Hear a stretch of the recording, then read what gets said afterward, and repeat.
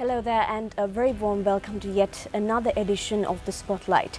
Now tonight we tackle a pressing issue that's threatening both lives and wildlife in Sri Lanka, and that is a rise in the human-elephant conflict taking place right here in the country.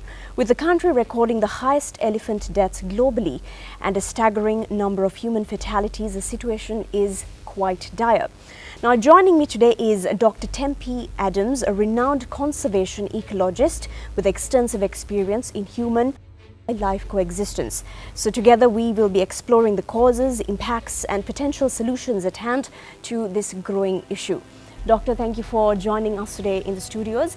And to me personally, this issue, as I mentioned just before we started, is not a topic of interest, but rather it is a topic of urgency. So thank you for joining us today, and I believe you are visiting Sri Lanka for the third time. Yes, well thank you so much for having me, and thank you so much for having this conversation. I think, as we said, I like that, a matter of urgency, and it is what it is.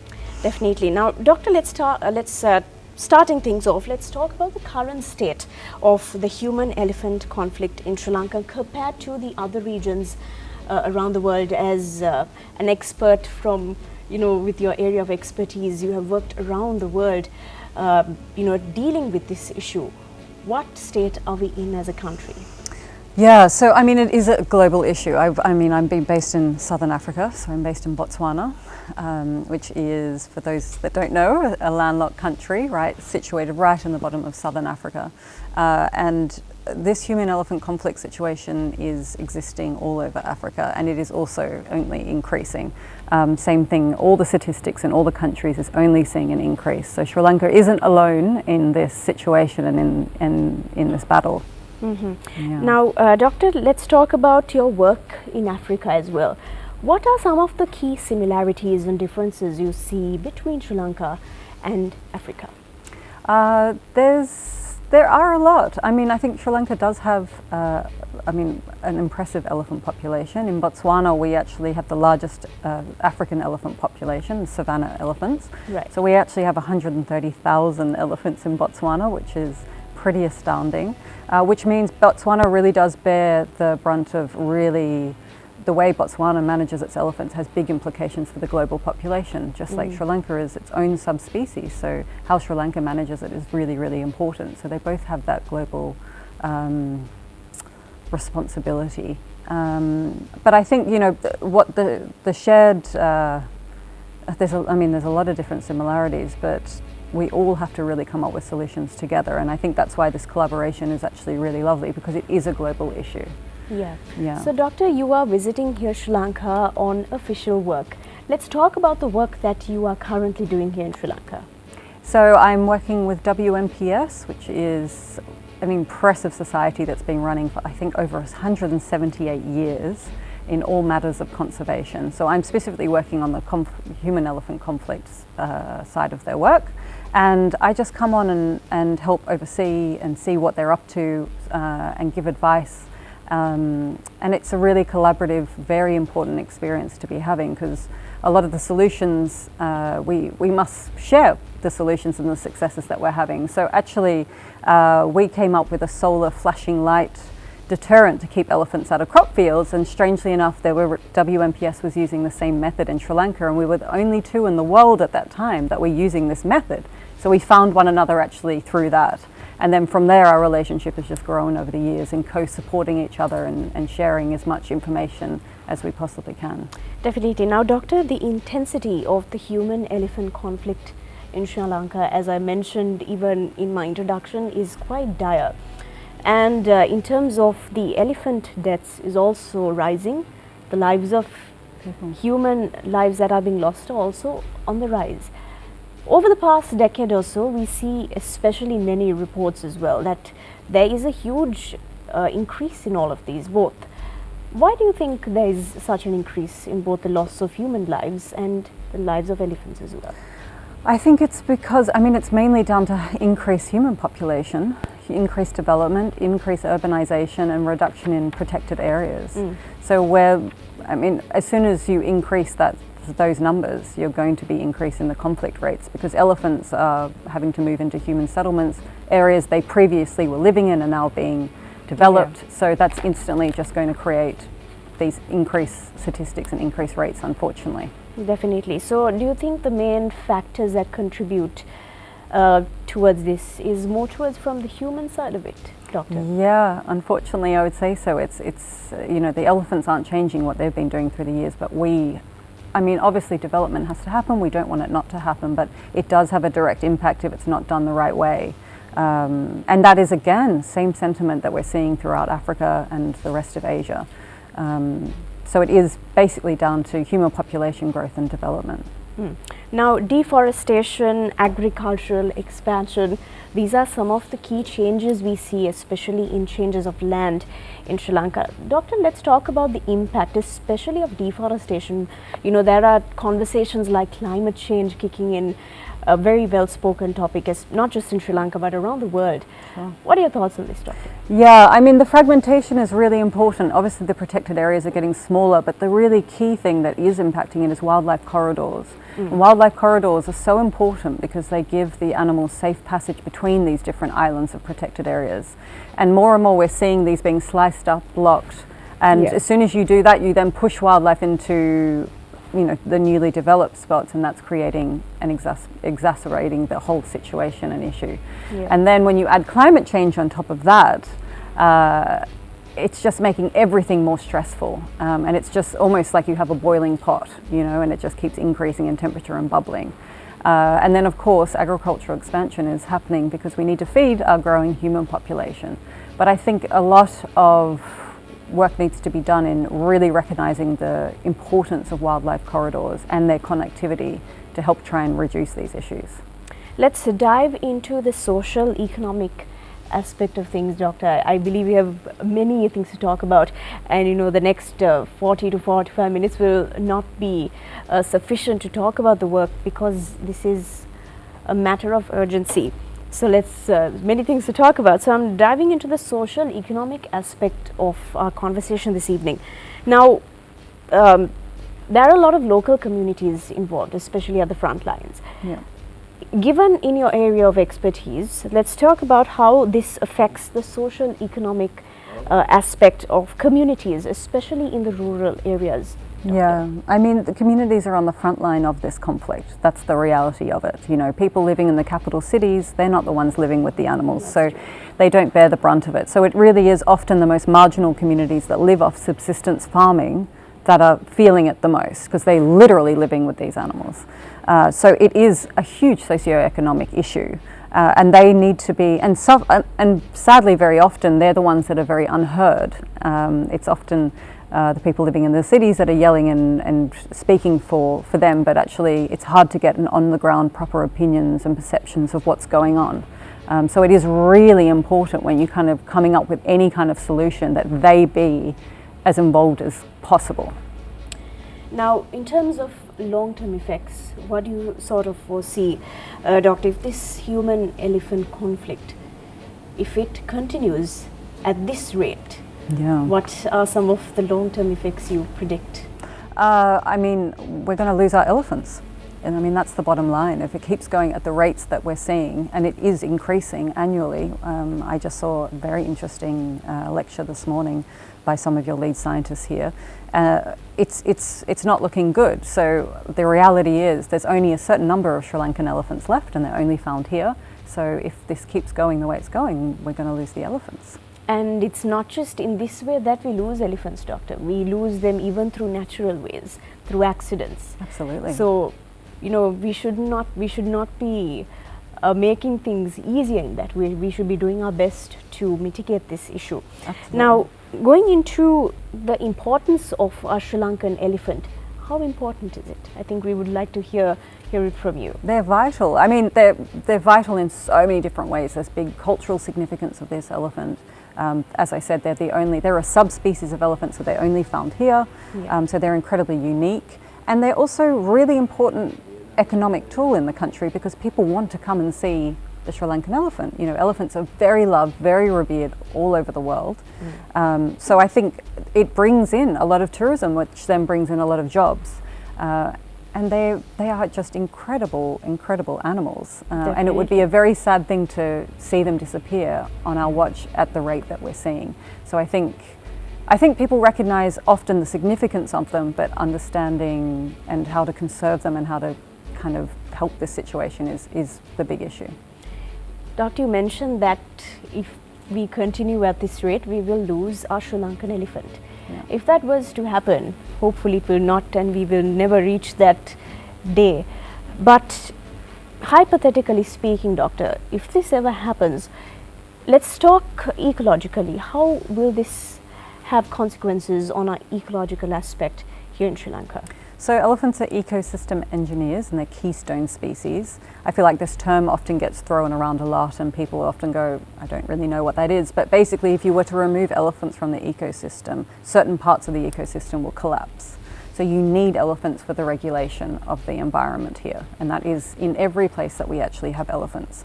And that means that, literally a number of tree species won't be fertilized without passing through an elephant's digestive system.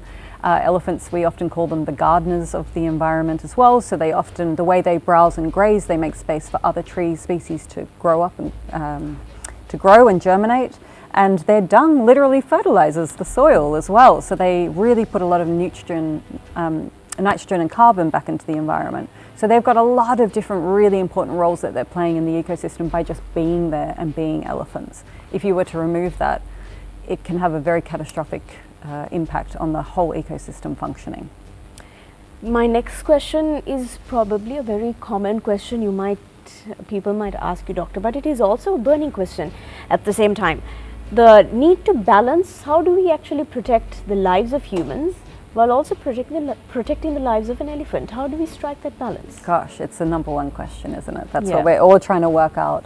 And then that's the thing. There's no one answer. It's a process. The process to coexistence is a long one, and I think sometimes our failures are wanting a quick fix and a quick answer, and they don't exist. But what you have to do is really listen to those on the front lines of the conflict, work with those communities in trying to come up with these solutions. And the solutions need to be tested and trialled scientifically. They need to be supported by all the different stakeholders and implemented. Once implemented, you need to monitor the success of the mitigation methods. I feel like we use the word mitigation a lot in science, but it's literally a deterrent or a form of management that reduces the conflict to allow people to keep farming in that area, feel safe in their village, but also allow the elephants to be living out their natural life in the ecosystem they're in. But there's no one quick solution. The solutions we are coming up with need to be low cost, because obviously there's very limited conservation funding. They need to be as sustainable as they can be and as adaptable. Elephants are really smart. They learn very quickly. It's one of the most amazing things about them. But we need to always try and be 2 steps ahead of the elephants when it comes to that management. But the key thing is that you have to have the community support and buy-in that are living with the elephants. Doctor, you have visited Sri Lanka. This is your 3rd time, I believe. From your first visit, leading up to your 3rd currently, what sort of changes have you been noticing in this area?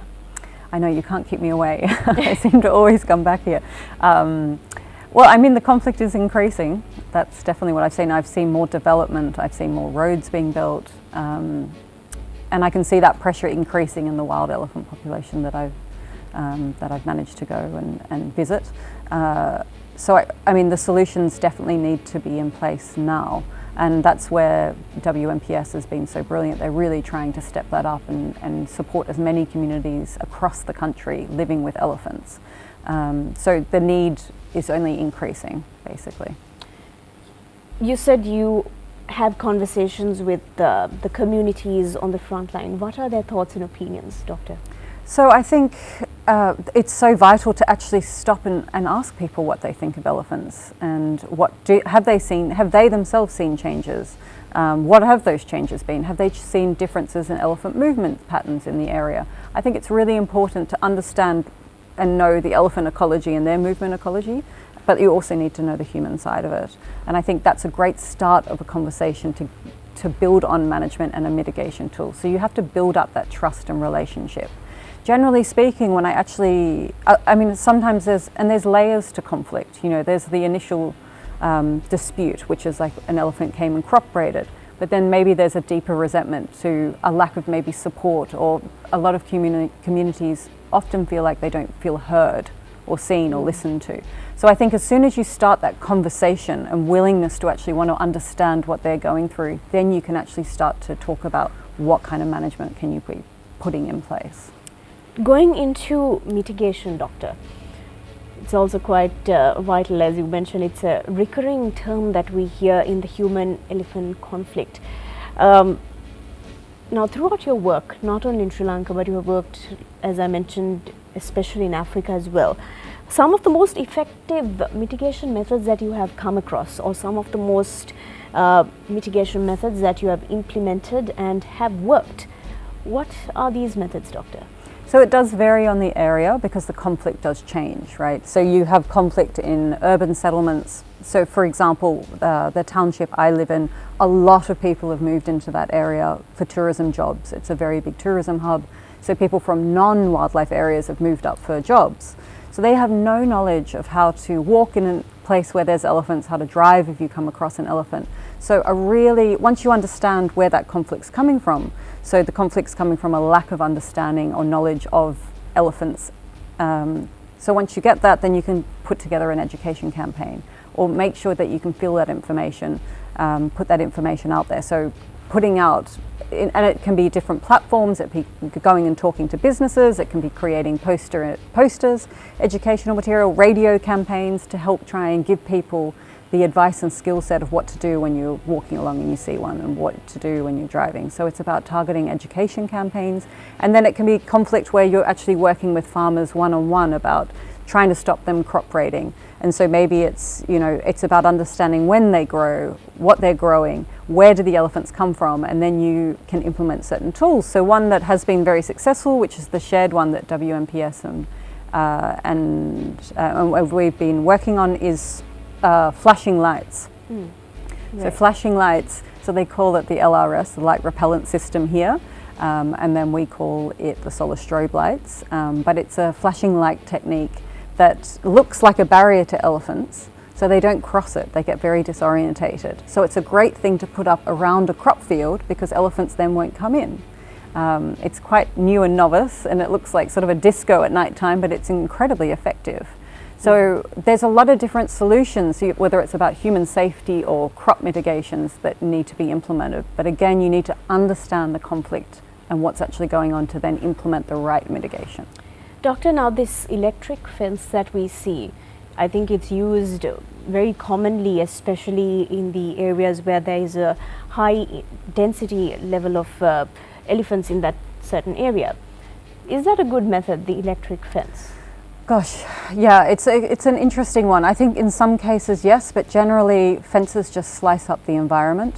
And the thing about fences is you have to maintain them. It's a very high cost thing to maintain, and if it's electric, it has to be a very high voltage to be able to scare an elephant. So those two things can be very difficult to pull off.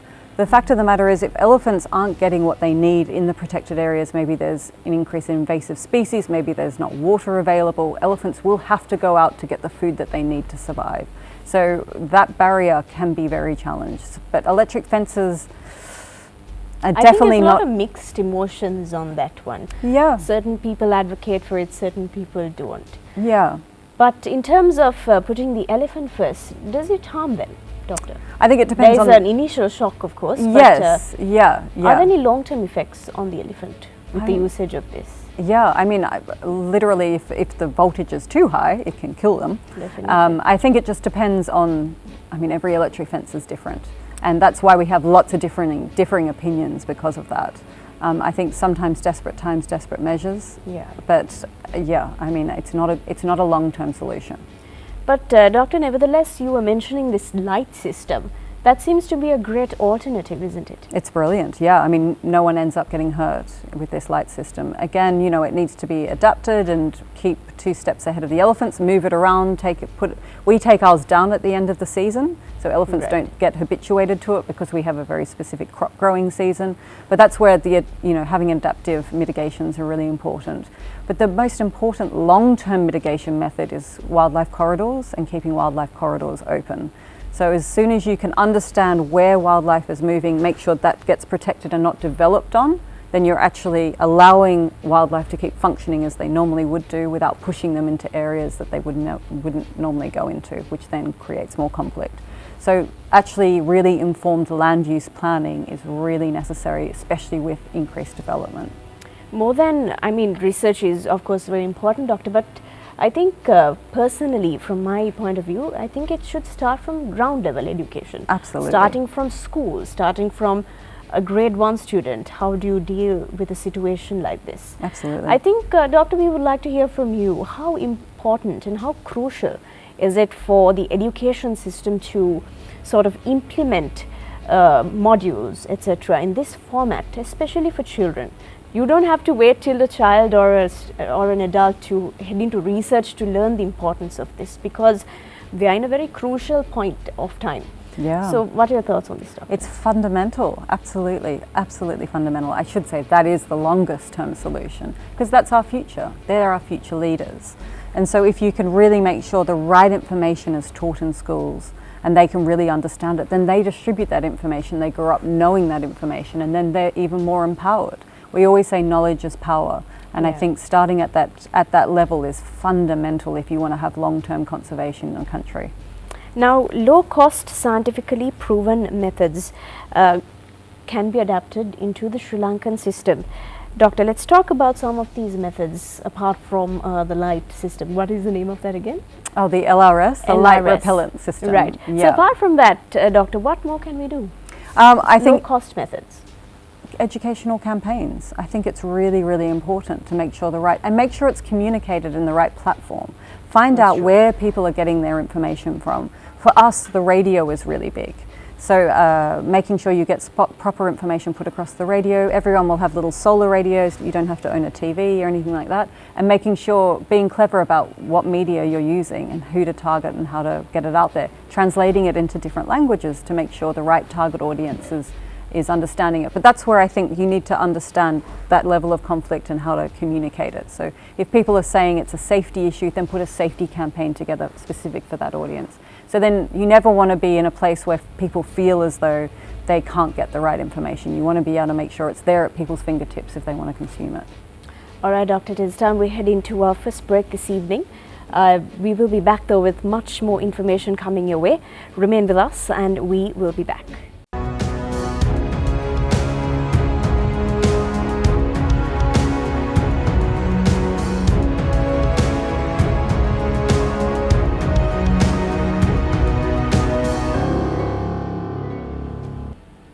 Welcome back to the show this evening, and we are in conversation with Dr. Tempe Adams. Once again, thank you for joining us today, Doctor. My pleasure. All right, so a well spoken about topic is technology. Doctor, now this is a giant. We can't really fight technology, not only in Sri Lanka but around the world. I'm sure you will agree with me on that. Can we implement technology in the process of mitigation in the human-elephant conflict in Sri Lanka? Definitely. I mean, I think the area that we can really use it with is solar technology, because obviously we're trying to look at renewable energy. I think the rise in solar, and luckily elephants do live in areas where we have a lot of sun, which is very helpful. But I think, technology, it's moving rapidly, as we're saying, so I think it's something we need to only embrace. There's lots of, the LRS system that we mentioned before, the solar light system that we use in Botswana actually is all run off solar. Yeah.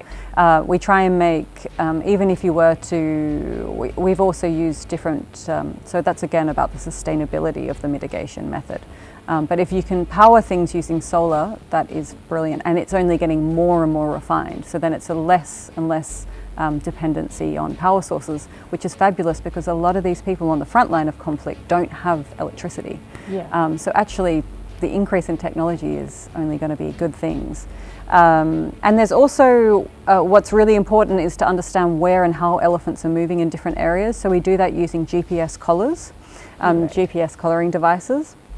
And again, we're now starting to trial solar powered GPS collared So previously we had big heavy batteries that we'd have to put around the elephants, which didn't hurt them. It was heavy for us, but not relative to an elephant. But it's that kind of technology where we're trialing. If we can run it off solar, then those batteries can be on for a longer period of time. And then that really gives us the best indication of exactly where and why elephants are moving to these different spaces and different areas, which again can be another mitigation tool. So I think it's something we only can embrace, really. According to you, Doctor, this is the reason why technology can be used for the good ways of life. Absolutely. So moving on into my next area of conversation, that is policy and legislation. Very important. How crucial is it, Doctor, to strengthen this area, policy and legislation? I mean, it's the backbone of it all, right? I mean, obviously connections with communities and making sure they feel heard and seen is really, really important, but that needs to be reflected in the legislation and the policies. And it's all well and good writing up different policies, but the implementation of that is also just absolutely key, and that's often what we fall into a trap of. We create these wonderful policies, but nothing's often implemented, and the people that are meant to be implementing are not supported. So I think that's where we often fall short, not just in Sri Lanka, throughout the wildlife world. So actually implementing is key. Doctor, let's talk a little bit about some of the policy recommendations you would have in mind to address the human-elephant conflict. I think the key is to come up with long-term solutions, but by that, and they need to be reflected in those policies. Rather than just implementing short-term fixes, band-aid fixes, we're never really going to get anywhere. So I think it's really important that all stakeholders are involved in the creation of these policies. And they vary from country to country, even region to region, even community to community. But I think in order for any policy to stand up and be robust, it needs to have all the different stakeholders' input for it to work, which sadly often isn't the case. But I think and that's where they sort of fall short, but if you really make sure everyone is heard, seen and involved in that creation, and then the implementation is supported, then I mean it is the solution. So as you mentioned, partnership and collaboration plays an important role. Doctor, in your opinion, what sectors have to come together to make this work for the betterment of our country? Goodness, everybody. Everybody. I mean, as we said, education is really important, the scientific community is really important, land use planning, council planning, it's all really important. You've all got to be on the same, and obviously the Department of Wildlife. I think a lot of people do generally put a lot of responsibility on the Department of Wildlife and often say it's their responsibility to manage the wildlife. However, I think it really is everybody's responsibility, and everyone should have that input. So I think sometimes us scientists are looked on to have all the answers. We can come up with the scientific information, but we need everybody to be a part of that. And I think that is the key. You need to have not just the science community, but you definitely need that, but you need the community side of it as well. You need the education, you need teachers, you need as I said, it's sort of everybody's responsibility, especially with an animal such as the elephant, which is such a significant animal to the identity of this country. Definitely. And Doctor, a lot of people, it's not just limited to Sri Lanka, but many people just stay at home and address the issue from behind a screen. But as you mentioned, this is a collective effort of not just a few sectors, but of everyone. So what is your message to people watching us today? You know, it's not just staying at home and complaining and just passing the ball, it's this person's responsibility, not that person's responsibility. What do you have to say to people who have that sort of mentality? I think go and get yourself informed. I think we have access to the information, we're putting it out there. Go and consume it, spread the word, watch the wildlife documentaries, watch the news, read up on the research of your different NGOs in your areas. It is out there, but I think, as I said, knowledge is power, you know, and information is key. It's there, and spread the word. Encourage people, encourage your kids to go and read and learn about wildlife and its significance. So I think sometimes, we just have to pick up a book, pick up our phone, pick up a newspaper, read and learn, and then go and follow through. You know, everyone can show support. Rather than putting negative comments out there, put supportive comments out there. But I think it's really important to support those in conservation that are really trying to do the right thing and really trying to and really, as you know, it's going to take a community effort. That is a benefit of technology. We have access to this information now. We don't really have excuses. Yeah. So I think we need to make ourselves as informed as we can. Yeah, I think about 20, 30 years ago, one could have said, you know, we didn't have access to information, but now there is actually no excuse to that. So in terms of empowering communities, Doctor, I think you all are actively on the field as well, especially with the work of the organization you are also working with. How do we sort of go about and empower the local communities working on the front lines and also who encounter this issue on a daily basis? Yeah, I mean, I think that's where the collaboration, like WMPS is very active in communities across the country. They're working in every single district. They've got country reps everywhere. And I think that's so, and they're from those communities, they're from those areas. And that is absolutely fundamental to have that community representation and have the trust. So they're representing, so they give you the eyes and ears and build up that long-term connection with that area. So I think that's fundamental, and that's the way you have to go about it. It's all well and good coming in from as an outside NGO or stakeholder, but you have to be working with people that have the trust to implement any kind of change. Then you can, once you understand people's opinions and perceptions and you build up that trust, then you can start proper management and mitigations. But without that, and just coming in without a built-up connection and with that or trust or understanding, you're not really going to get anywhere.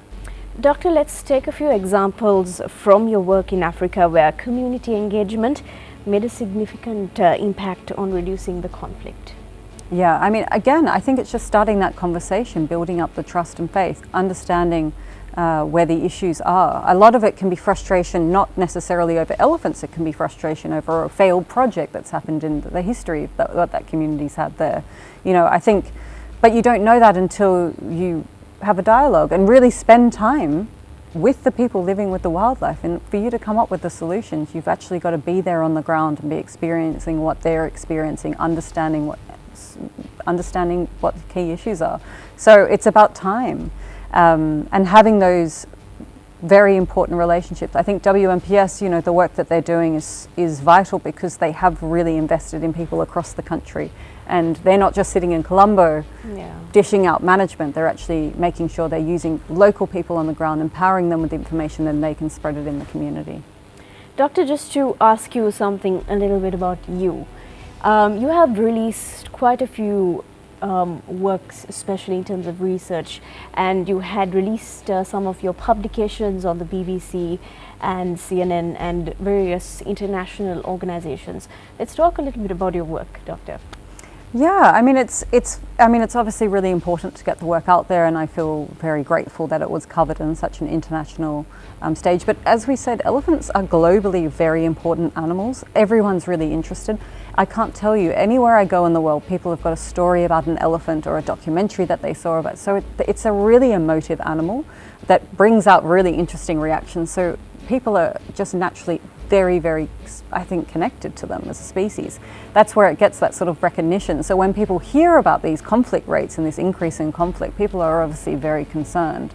So it's, and that's where the interest comes from and the support. We need to have the support at an international level and a domestic level. But I think I've always been fascinated by elephant conflict. I like problem-solving science.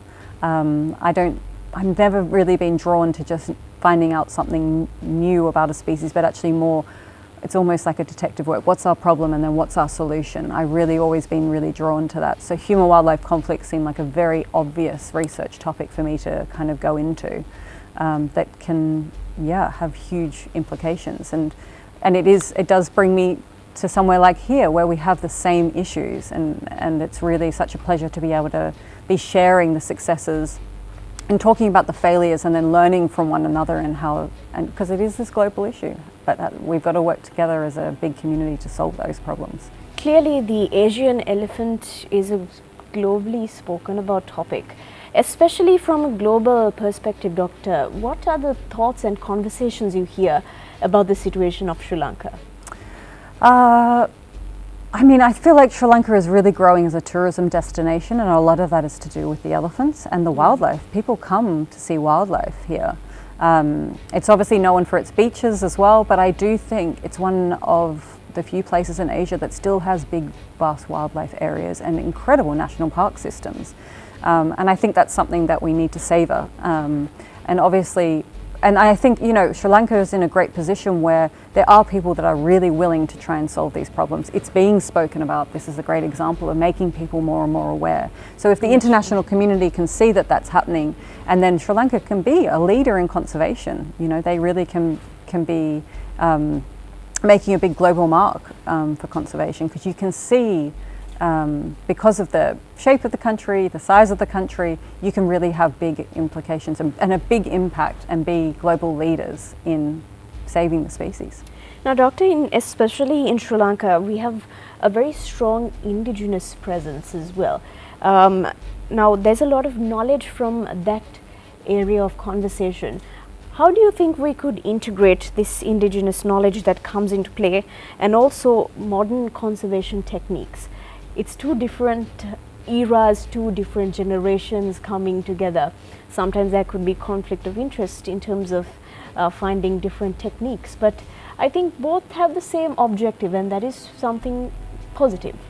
But Doctor, how do you think we could sort of bring these two areas together? But by giving voices to both. I think that's really important. As I said, you've got to make sure you're getting all stakeholders' opinions and perceptions and having everyone be involved. Yeah. And we can still learn so much from Indigenous knowledge. I think it's vital that we incorporate Indigenous knowledge into our policies and the different mitigation methods that we're moving forward with, because the Indigenous knowledge is key often to solving our problems. So it's not one or the other. It's always bring it all forward and let's put it together, because often you'll find a lot of overlap. There's common themes.